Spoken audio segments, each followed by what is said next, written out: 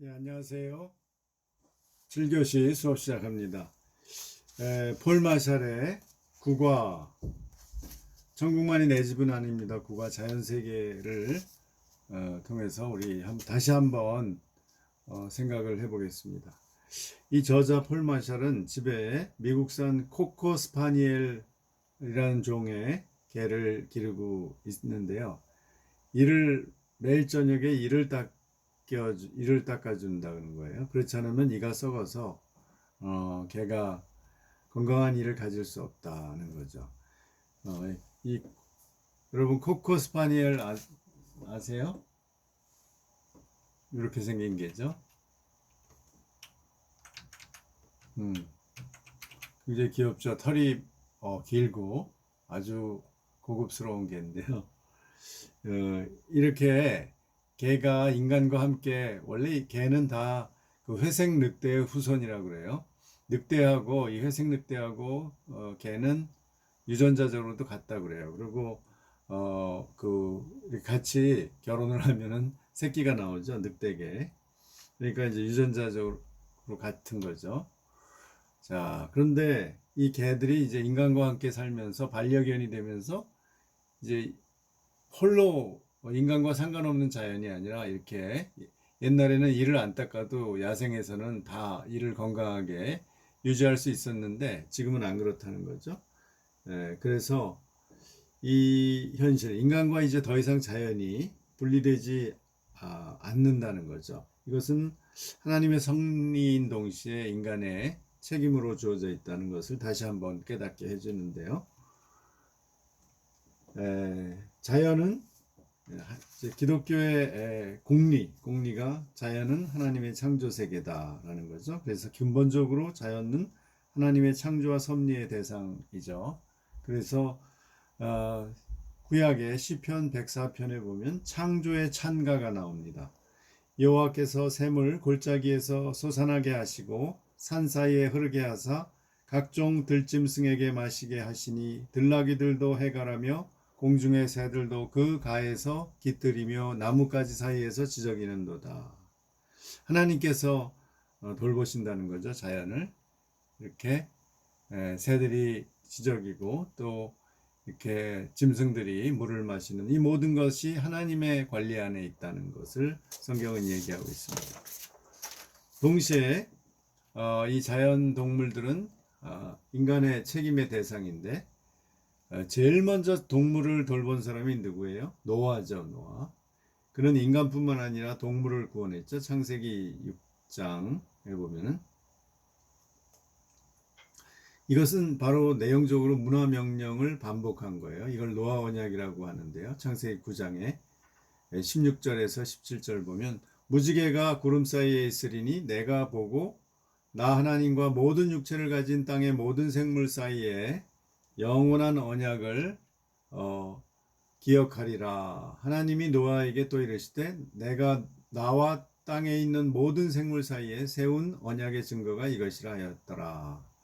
하나님께서 무지개를 통해서 이제 더 이상 너희를 물로 심판하지 않겠다는 약속을 하신 거죠. 여기에는 이 약속의 대상은 인간뿐만 아니라 다 동물도 생물도 들어가는 거죠. 이 노아의 방주 그림이죠. 무지개 그림.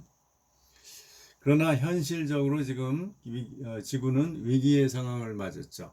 최근에 한 조사에 의하면 1750년 그 산업혁명이 일어난 그때쯤이죠. 이후 571종의 식물이 멸종됐고요. IUCN이란 단체에 의하면 전 세계적으로 16,928종이 향후 수십 년 내에 멸종할 것으로 추정하고 있다고 합니다. 지금 이 귀여운 청개구리는 파나마에 살고 있는 랩스 청개구리인데 2016년에 멸종했다고 합니다. 이 청개구리가 멸종위기종의 상징적 동물이었는데 결국은 멸종했습니다. 그래서 우리가 기독교적으로, 즉 성경적으로 이 자연을 이해한다는 것은 뭐냐면 땅이 인간의 것이라고 착각하는 것, 그 근대 이후에 특히 그렇게 생각했죠. 그것도 반대하는 것이고요. 또 자연은 신성하다, 뭐 가이아 이론처럼 신성하다고 보는 것도 반대합니다. 분명히 하나님이 창조하신 자연이고, 그러나 인간이 그것을 돌볼 책임이 있는 것이다. 인간과 자연은 옛날 그 중세 수도사 프란시스코가 말한 것처럼, 프란체스코죠, 스페인의. 이탈리아의 프란체스코 수도회를 만든 그가 말한 것처럼, 그가 이제 브라더 선 시스터 문, 해와 달을 형제 자매 관계로 비유했어요. 실제로 뭐 진짜 형제 자매란 건 아니고 하나님의 피조물로서 그런 관계를 가지고 있다라고 그는 생각을 한 거죠. 이런 자세가 지금 좀 필요한 거죠. 이런 자세가 없었기 때문에 지금 굉장한 비판을 받고 있어요. 이 사람은 누구냐 하면 스탠퍼드 대학의 화학 교수인 린 화이트 2세인데요.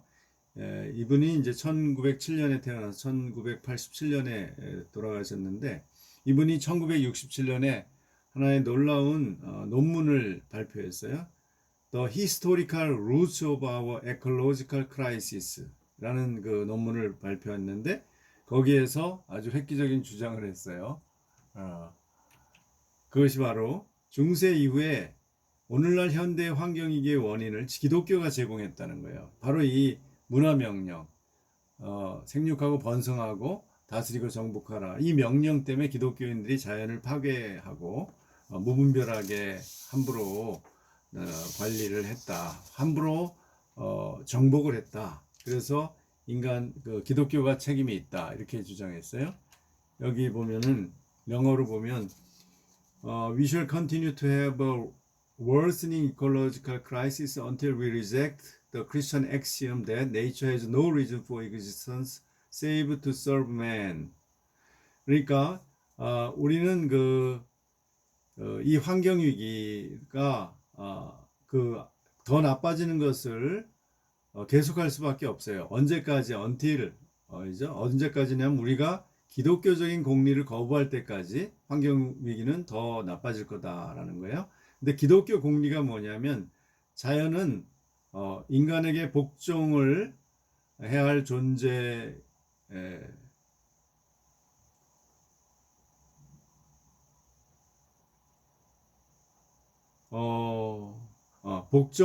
인간에게 복종하는 것을 세이브, 그러니까 이것을 아낄 이유가 없다는 거죠. 그러니까 인간에게 복종해야 된다는 거죠. Nature has no reason for existence save to serve man.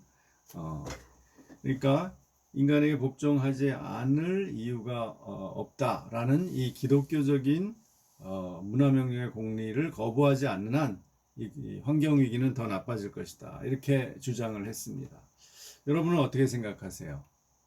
이분의 말이, 이 린 화이트 2세의 말이 얼마나 타당하다고 생각하세요? 기독교가 환경위기에 모든 책임이 있다. 저는 이렇게 생각합니다. 한편으로 우리가 인정할 수 있을 것 같아요. 왜냐하면 산업혁명 이후에 주로 이 자연 생태계와 환경을 파괴했던 장본인이 서구 기독교인이라고 할 수 있죠. 산업화를 통해서. 그런데 그들이 대부분 이제 유럽인들이 다 서구 기독교인들이었어요. 뭐 90% 이상. 이분들이 다 성경을 읽고 어느 정도 유신론적인 세계관을 갖고 있었는데, 이 사람들이 이 잘 다스리라는 하나님의 명령을 굉장히 자의적이고 파괴적인 정복으로 이해했다는 거죠. 그래서 마음껏 이 자연을 파괴하고 또 우리의 필요대로, 인간의 필요대로 바꿔와도 괜찮다, 이렇게 대체로 이해한 거죠. 거기에는 인정을 합니다. 주로 자연을 파괴하고 환경위기를 가져온 사람들이 서구 기독교인들이었다. 거기에는 동의하지만, 그러나 반론도 가능하다는 거죠. 왜냐하면 이 환경위기의 원인은 산업혁명과 과학기술의 발달인데, 그것을 특히 산업혁명이죠. 이제 그 산업혁명의 기본적인 사상이 계몽주의라는 거거든. 계몽주의. 계몽주의는 그리스 로마의 사상을 이어서 인간의 이성과 또 이 경험만 가지고 신앙이 필요하지 않고 어떤 종교적인 권위나 신에 대한 어떤 신앙 이런 것들이 필요 없이 그냥 인간의 이성과 경험을 가지고, 즉 주로 여기서 과학을 말하죠. 과학을 가지고 모든 것을 해결할 수 있다는 이 신념, 이것이 계몽주의인데, 이 계몽주의에도 책임이 있는 거죠. 그러니까 기독교가 다 책임이 있다라는 것은 이제 지나치다고 볼 수 있죠. 그러나 우리가 계속 기독교인들이 아무 생각 없이 그냥 제가 전 시간에 말한 트럼프와 같이 오직 당장의 이익을 위해서, 경제적 이익이나 자기의 권력의 이익이나 부를 위해서 그냥 무분별하게 계속 환경위기를 가속화시키면 어떤 대가를 치르게 되는가를, 사실 그것이 성경에 나오는 재난이죠. 말세에 오는 그 카타스트로프, 재난인데요.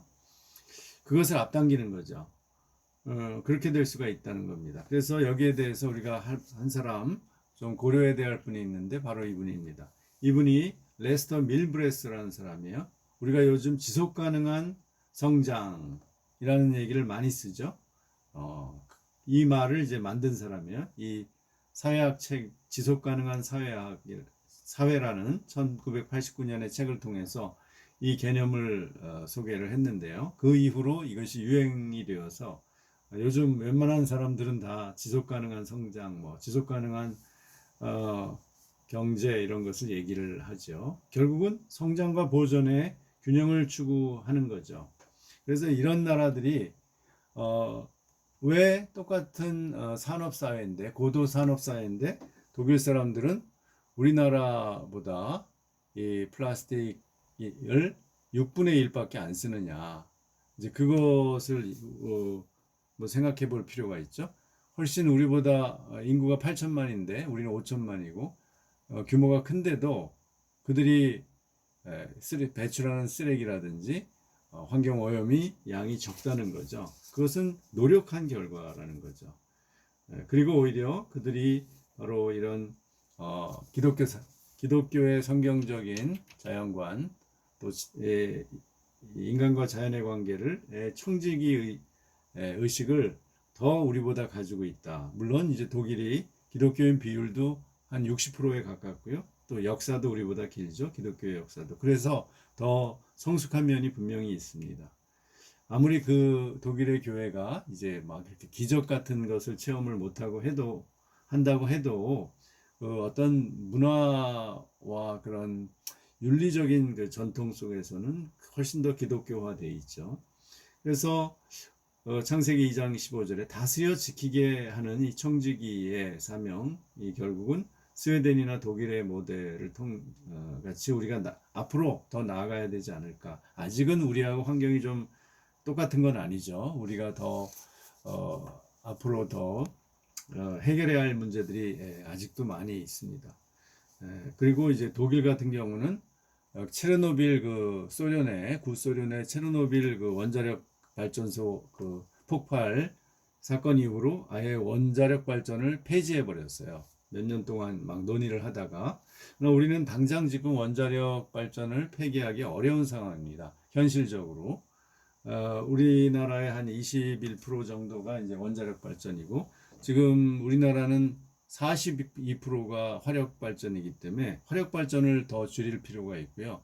원자력은 어느 정도 유지할 필요가 있어요. 다만 이 원자력 발전의 기술을 더 고도화하고 핵 폐기물 관리 문제를 해결해야 되는 거죠. 그리고 석탄 석유는 LNG나 비용이 좀 비싸지만 친환경 에너지로 바꿔가야 되고, 가솔린이나 경유차들은 전기 수소차로 바꿔야 돼요. 지금 전기차 우리나라 문제가 아직 그 대량 생산에도 문제가 있지만 코나 같은 것을 주문하면 1년 6개월 내지 1년 기다려야 된다고 그래요. 또 하나는 전기 충전소가 지금 너무나 부족합니다. 그래서 그것 때문에 전기 자동차 사는 것을 꺼리는 지금 상황이라고 해요. 그러니까 이것을 심지어 테슬라는 그냥 회사 하나가 이런 충전 시설을 막 만들었거든요. 그런데 이제 국가가 그것을 지금 아직 테슬라만큼도 못하고 있는 것 같아요. 자, 그래서 우리가 더 노력이 필요하다라는 겁니다. 예를 들면 이런 신월성 1호기가 아주 4주기 연속 무고장 안전운전을 했다. 이런 안전 문제와 그 다음에 이 핵폐기물 문제. 핵폐기물 이거는 어떤 거냐면요. 아이, 죄송합니다. 이게 참. 예. 이게 이제 저장 시설이에요. 폐기물을 땅 속에다가 동굴을 파서 아주 깊이 이러한 시설을 저장 시설을 아주 심각한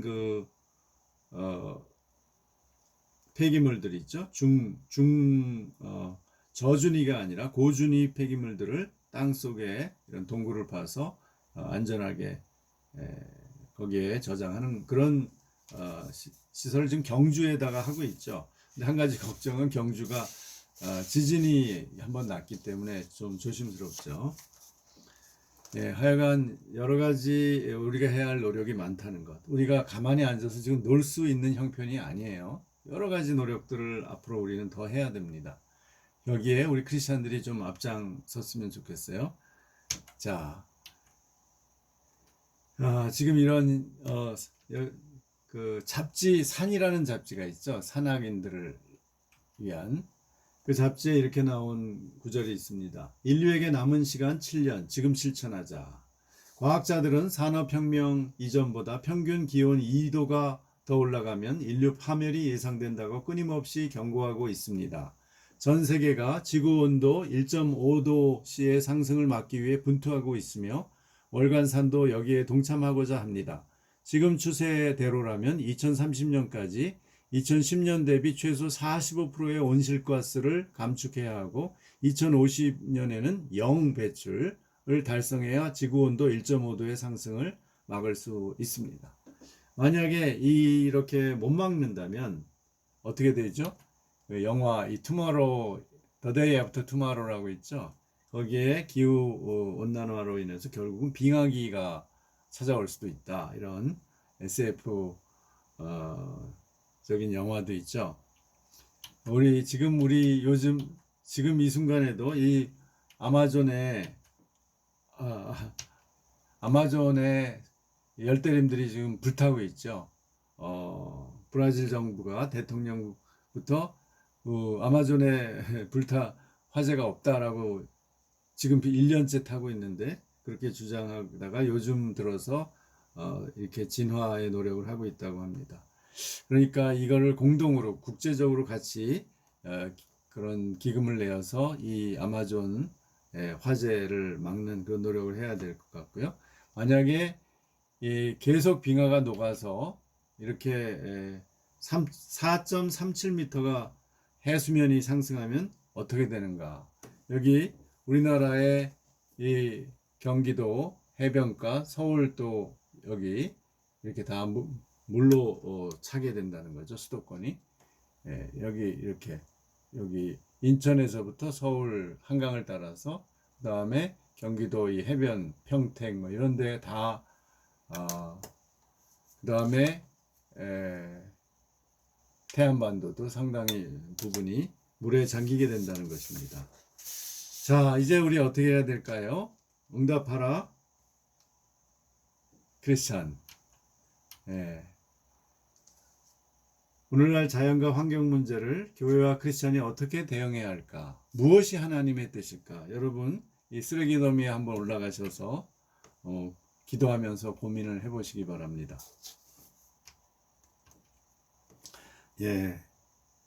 과연 여러분 하나님의 뜻이 환경 문제에 대해서 과연 하나님의 뜻이 무엇일까? 하나님은 우리에게 지금 또 앞으로 무엇을 원하시는가? 한번 우리 깊이 고민하면서 기도하고 우리 나름대로 함께 여기에 대응을 해나갔으면 좋겠습니다. 여기까지 오늘 수업 마쳤습니다. 여러분 10월 말까지 중간 과제 에세이 준비해 주시기 바랍니다.